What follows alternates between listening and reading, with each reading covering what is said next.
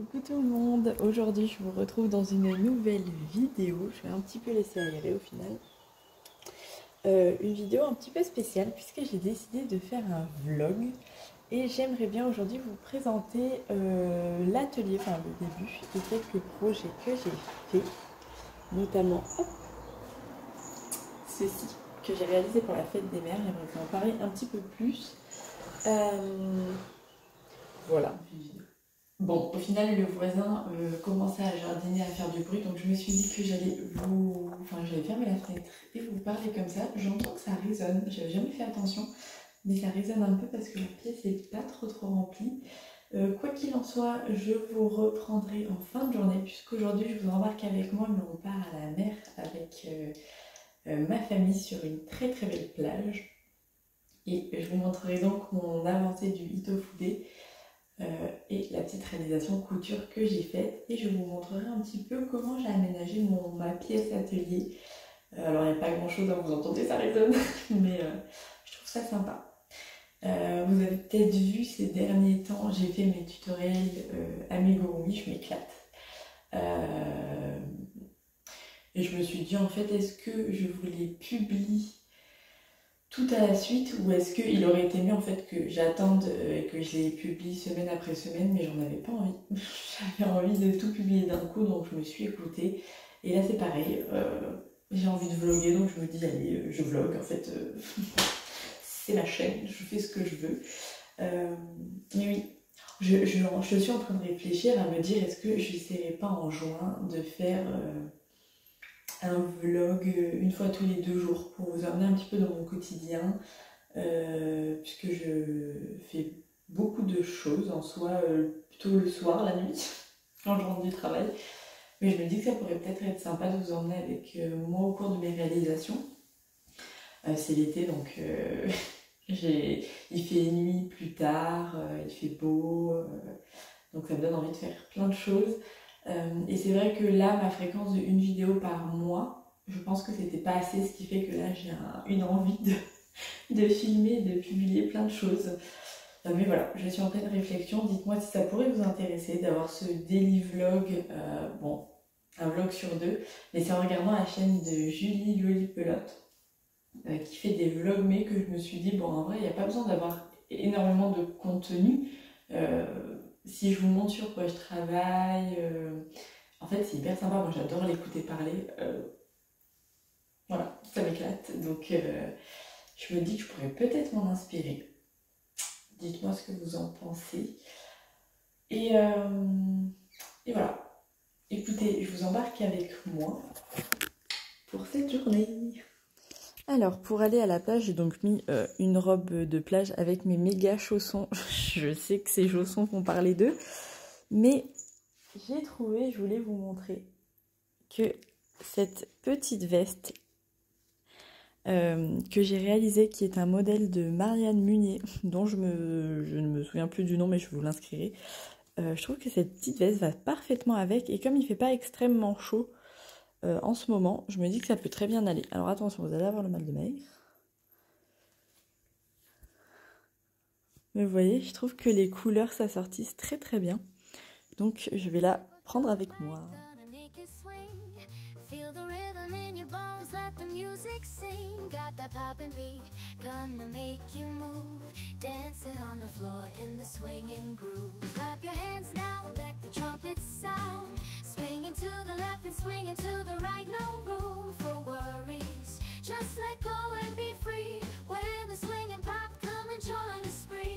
Swinging melodies, taking us high. Feel the rhythm, yeah, it's gonna make us fly. Can you hear the swing? Can you feel the pop? Let's get the party started, yeah, don't you stop.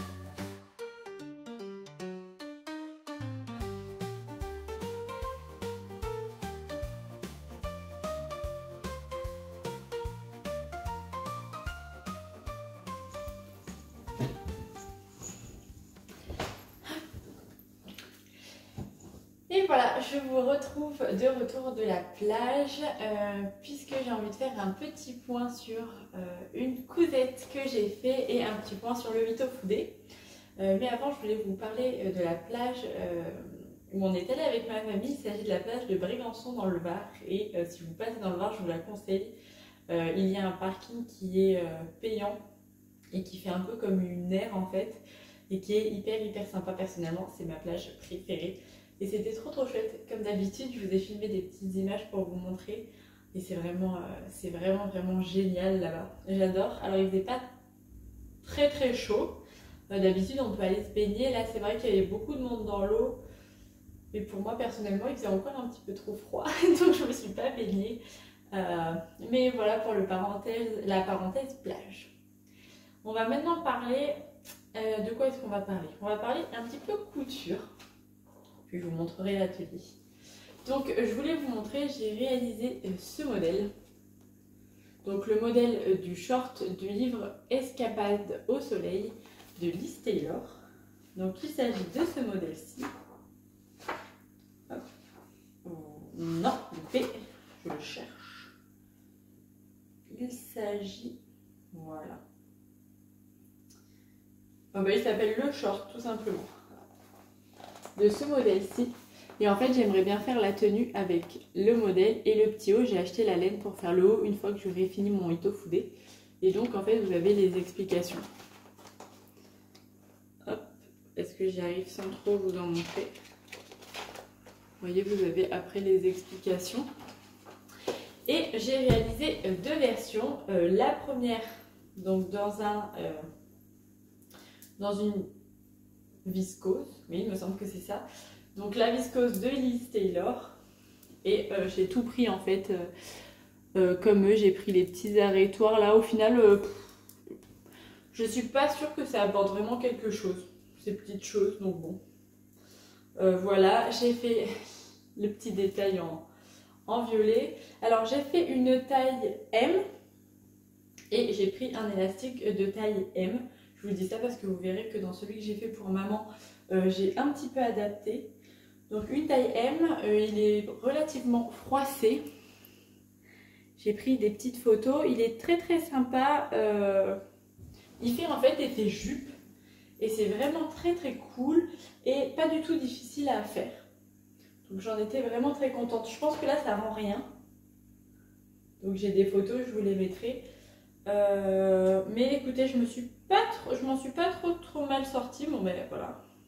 La seule chose que je n'ai pas faite, c'est normalement dans le modèle, il est demandé en fait de coudre là, sur l'élastique pour fixer les fronces. Et moi je ne l'ai pas fait parce que j'avais un peu peur du fait de devoir tirer sur l'élastique, coudre en même temps. J'avais peur d'allumer ma machine.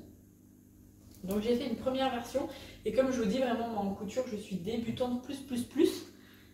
Et je m'en suis sortie. Et donc j'ai fait une deuxième version avec une viscose de chez Mondial Tissu pour maman, pour la fête des mères. Et c'est un tissu en fait qui a des coquilles Saint-Jacques. Et maman adore faire le chemin de Saint-Jacques de Compostelle. Et en fait elle adore les Saint-Jacques. Et quand j'ai vu ce tissu-ci, je me suis dit que voilà, j'allais faire les petites Saint-Jacques, un petit short avec les Saint-Jacques. Alors il me reste quand même pas mal de tissus, donc je pense que je vais pouvoir faire une jupe. Peut-être une jupe avec des volants. Enfin quand je dis pas mal, il m'en reste pas suffisamment pour faire un deuxième short. Sinon j'aurais fait un short pour moi. Il m'en reste pas suffisamment pour faire un deuxième short, mais je pense qu'en bidouillant, je peux essayer de me faire une jupe élastiquée comme ça. En mettant 4 morceaux de tissu ensemble. Il faut que je vois. Je suis plutôt contente, je trouve que mes finitions sont... Alors c'est pas parfait, hein, mais franchement c'est pas trop mal. Et je lui ai mis un petit nœud vert de la même couleur en fait. C'est une laine de teinturière, je ne me souviens plus de qui. Un reste que j'avais. Et vous voyez, c'est le même vert que le tissu. Et il y a des touches plus claires qui rappellent les coquilles Saint-Jacques. Alors j'aurais pu mettre les coquilles Saint-Jacques dans l'autre sens.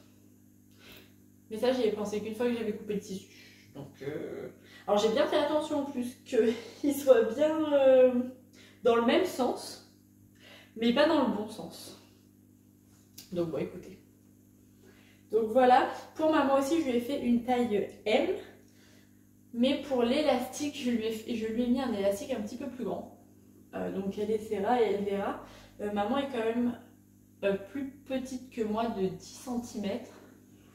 Mais je me suis dit que ça irait parfaitement bien.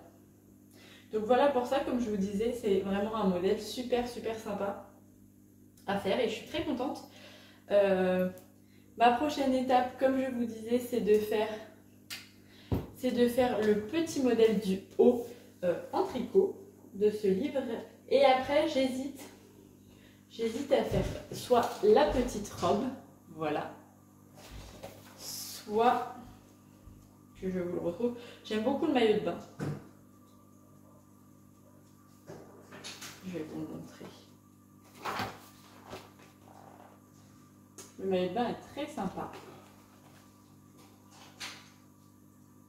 Ou la jupe. Oh non. Maman vient me prendre la tête. Interruption chérie, c'est ça les vlogs aussi. J'espère que vous n'allez pas l'entendre se laver. La petite chose que je voulais vous montrer aussi aujourd'hui, c'est l'avancement de mon Itofude. Vous le verrez mieux dans le vlog, dans le podcast créatif la semaine prochaine.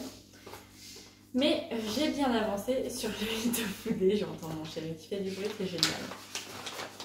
Donc le Itofude, hop, je vous le remonte.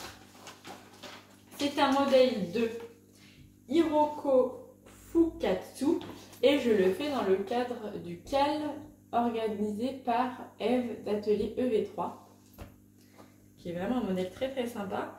Donc moi je le fais dans ce fil là. J'essaie de vous retrouver l'étiquette, qui est un fil de chez Scrapius de la Whirl.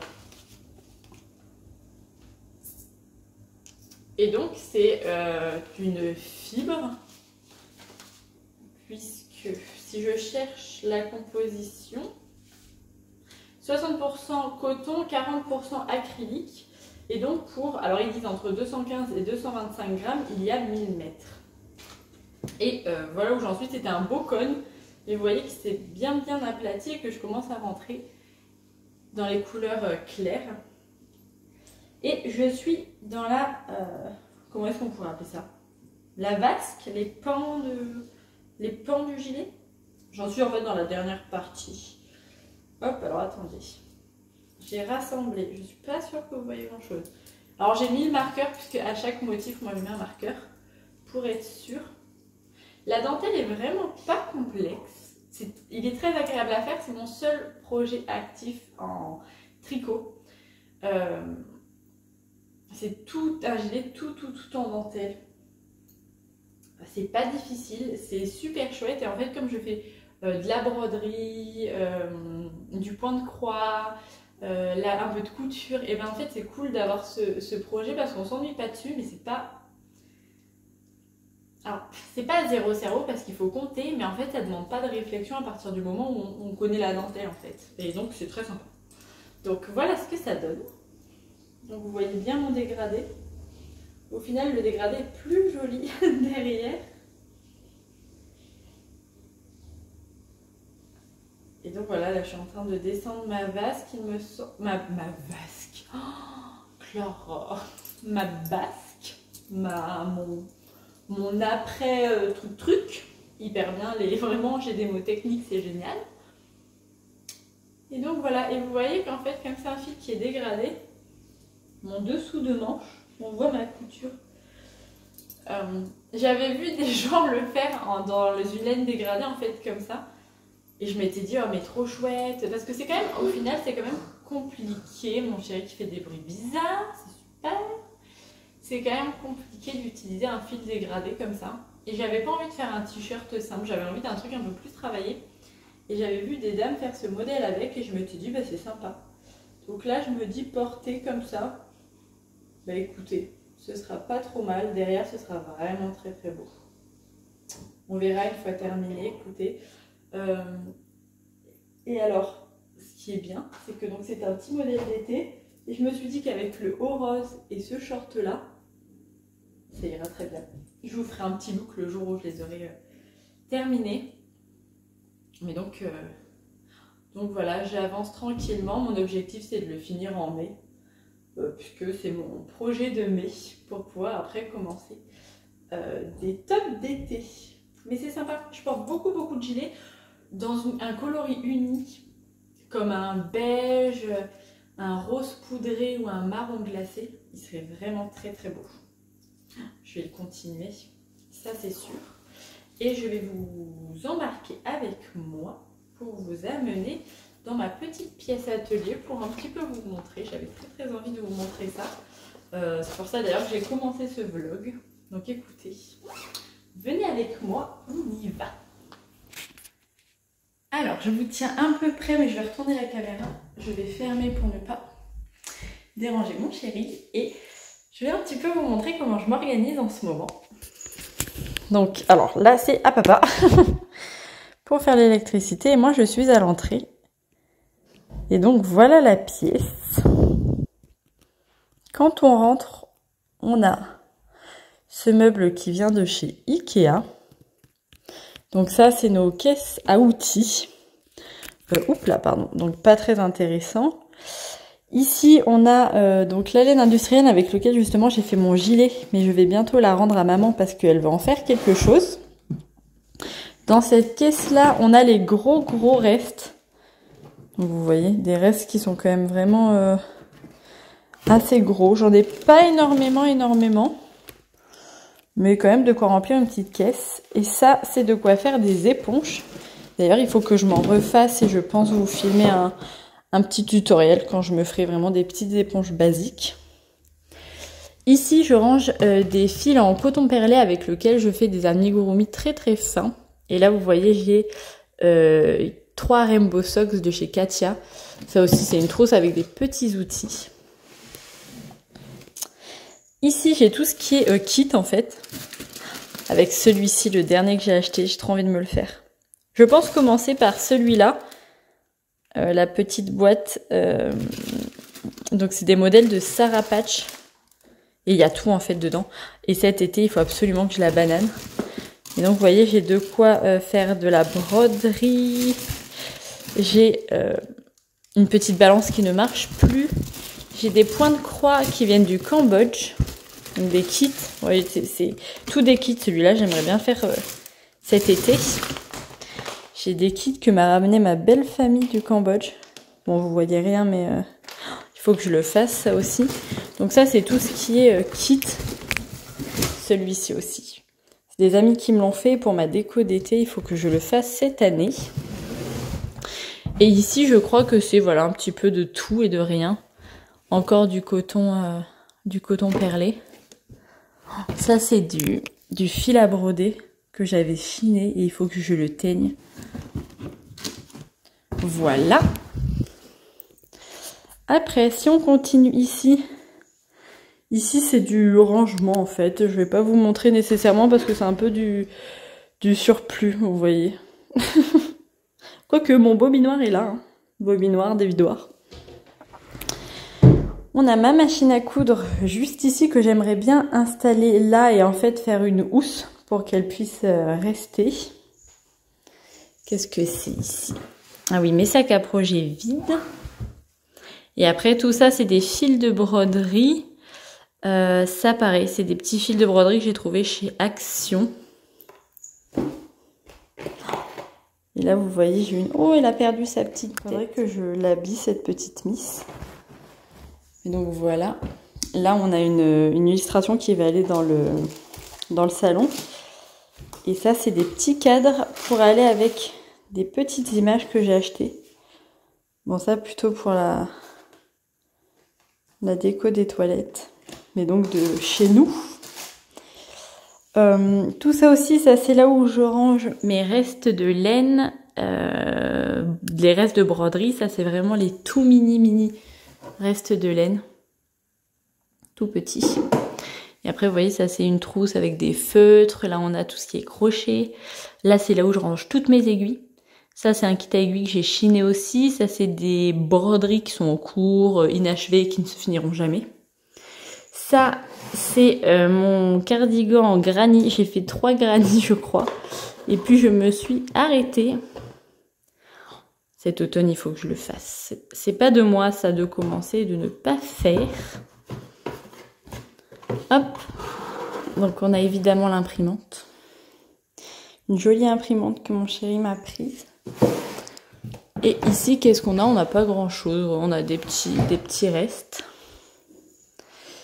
Ici, c'est là que je range ma jolie laine. Avec cette laine-ci. Qui va... En fait, je vais me faire un béret avec. Ça fait hyper longtemps que je veux le faire.